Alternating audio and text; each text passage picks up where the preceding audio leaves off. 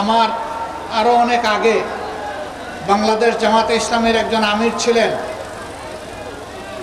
এই নারায়ণগঞ্জের গডফাদার খ্যাত একজন দুর্দর্শ লোক মহাসড়কের পাশে 72 ফুট লম্বা একটা ব্যানার টানিয়ে রেখেছিলেন।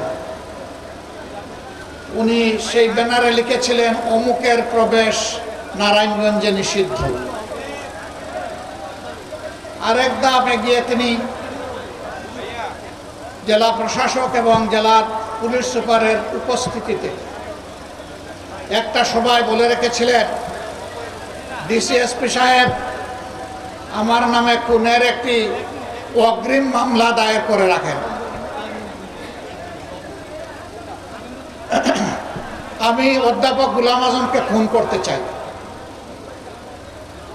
আলহামদুলিল্লাহ, স্বৈরাচারী সরকারের জুলুমের শিকার হয়ে কারাগারে তিনি থাকা অবস্থায় দুনিয়া থেকে বিদায় নিয়েছেন, কিন্তু গডফাদারের সুযোগ হয় নাই সরাসরি তাকে খুন করার।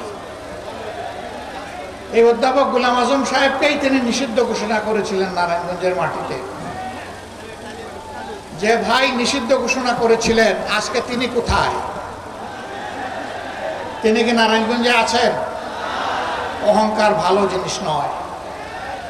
গর্ব অহংকার করতে নাই, দাম্ভিকতা দেখাতে নাই, ক্ষমতার জোরে ছড়ি ঘুরাতে নাই, মানুষকে খুন করতে নাই, সন্ত্রাসকে প্রশ্রয় দিতে নাই, সন্ত্রাসীদেরকে লালন করতে নাই।